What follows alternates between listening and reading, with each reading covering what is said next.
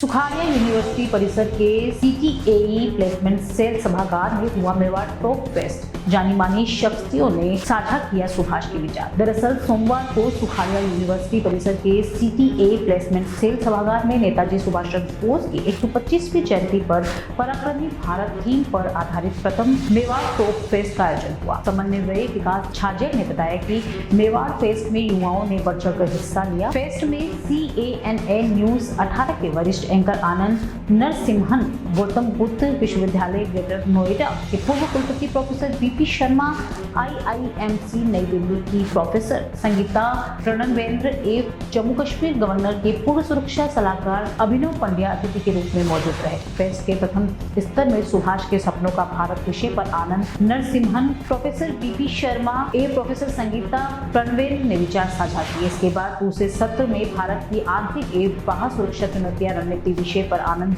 नरसिम्हन अभिनव पंड्या ने, प्रोफेसर संगीता प्रणवेंद्र ने विचार रखे। तीसरे सत्र में सुभाष जीवन पर आधारित मूवी दिखाई गई। चौथे सत्र में 2030 का भारत विषय पर फिश बाउल स्टोनमिंग के तहत प्रतियोगिता ने अभिव्यक्ति की। वहीं समापन पत्र के बाद सुभाष के जीवन पर आधारित पुस्तकें वितरित की गई। मेवाड़ टॉक फेस्ट 30 युवाओं का एक समूह है जो विचार मंथन और चर्चाओं में हर महीने समसामयिक विषय पर चर्चा करते हैं और उन्हीं की सोच से ये आज मेवाड़ टॉक फेस्ट हमने किया है। नेताजी सुभाष चंद्र बोस की 125वीं जयंती पूर्ण होने पर हमने इसका आयोजन किया है और हर साल इसको करने का हमने संकल्प लिया है ऐसा। और आज के इस एक दिन के इवेंट में हमने 4 सत्रों में इसको विभाजित किया, जिसमें कई विषयों पर अलग अलग विषयों पर और युवाओं को भी इसमें बोलने का हमने मौका दिया है और पराक्रमी भारत करके इस पूरे इवेंट को हमने थीम दी है। मेवाड़ टॉक फेस्ट का मेन जो मोटो है वो ऐसा है कि सांस्कृतिक कला संस्कृति के माध्यम से युवा जुड़ें और उनको एक मंच मिले जहां पर वो आकर अपनी बात रख सकें और राष्ट्रीय अंतर्राष्ट्रीय पटल पर मेवाड़ और मेवाड़ के युवा पहुंच सकें। नेताजी सुभाष के 125 वर्ष पूरे होने के अवसर पर यह जो उनकी 23 जनवरी को हम उनकी जयंती मना रहे हैं, आज तक भी यह स्पष्ट नहीं है कि 18 अगस्त 1945 के बाद नेताजी सुभाष का क्या हुआ, क्योंकि यह तो सिद्ध हो गया कि वह हवाई दुर्घटना जिसमें हम कहते हैं कि नेताजी सुभाष की मृत्यु हो गई, वह हुई ही नहीं है। ताइहोकू एयरपोर्ट के रिकॉर्ड में उसके 6 महीने पहले की एयर क्रैश दर्ज है और उसी के चित्र का उपयोग किया गया है। और मुखर्जी आयोग जिसकी रिपोर्ट भी संसद में 2006 में प्रस्तुत की गई, उस पर संसद ने उसे स्वीकार नहीं किया, लेकिन उन्होंने जस्टिस मुखर्जी ने स्पष्ट लिखा है कि वह न तो हवाई दुर्घटना हुई और न ही वे अस्थियां जो रेनकोजी मंदिर में रखी हैं वे नेताजी सुभाष की हैं। तो भारत की स्वाधीनता के आर्किटेक्ट नेताजी सुभाष का क्या हुआ, मुझे लगता है कि आज हमारे पूरे देश पर नेताजी सुभाष का ये ऋण है, इसे हमें उतारना चाहिए और कम से कम अभी यह पता चले कि नेताजी सुभाष का 1945 के बाद जीवन कहाँ बीता, किन स्थितियों में उनकी मृत्यु हुई, क्या वे रूस में नज़रबंद थे या वहाँ के गुलाग द्वीप समूह में वो बंदी के रूप में थे। तो मुझे लगता है कि आज के समय में नई पीढ़ी को यह भी जानना चाहिए।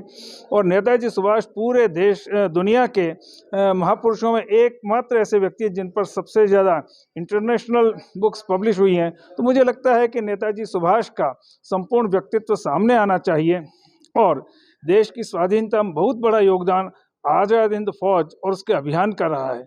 सबसे पहला तो जैसा हमारे प्रधानमंत्री नरेंद्र जी मोदी ने भी कहा है कि वे अखंड भारत के पहले प्रधान थे, क्योंकि 21 अक्टूबर 1943 को नेताजी सुभाष ने भारत की निर्वासन में आज़ाद हिंद सरकार का गठन किया। उसे 9 देशों से मान्यता मिल चुकी थी।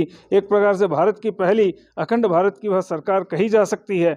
और इसके अतिरिक्त एक बात हमें बहुत स्पष्ट से ध्यान रखनी चाहिए कि आज़ाद हिंद फौज के सैनिकों के भारत लौटने के बाद उन पर जो कोर्ट मार्शल हुआ और उस कोर्ट मार्शल के बाद पूरे देश में आर्मी, एयरफोर्स और नेवी ने क्रांति कर दी थी।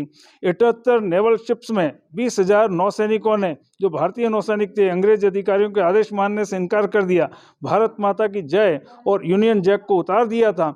जबलपुर में और कई स्थानों पर कामठी में आर्मी ने रिवोल्ट कर दिया था। एयरफोर्स ने मॉन्टगोमरी और कई स्थानों पर रिवोल्ट कर दिया था। तो इसलिए अंग्रेजों को लगने लगा था कि अब भारत में जो उन्होंने भारत की आज़ादी का दिन जून 1948 तय कर रखा था, उन्हें लगा कि जून 1948 तक अंग्रेज भारत में नहीं रह पाएंगे और इसलिए उन्होंने 15 अगस्त को भारत के विभाजन के साथ यह घोषणा की। आप देख रहे हैं आपका अपना ATN न्यूज चैनल। संभाग की हर पल की खबर जानने के लिए देखते रहिए सिर्फ ATN न्यूज। ATN न्यूज, आपकी बेबाक आवाज। इंटीरियर डिजाइन का एक शानदार showroom Kamal wood decor. High quality प्लाईवुड्स, would decor, decorative interior, would products, आकर्षक डिजाइन माइका, विनियर और दरवाजों की एक विशाल श्रृंखला हमेशा उपलब्ध। ग्राहकों की संतुष्टि हमारी पहली प्राथमिकता। एक बार जरूर आएं। Kamal wood decor, 1 new Bhopalpura, Kamal plaza, नई पुलिया के पास, उदयपुर। Contact number 9694466688।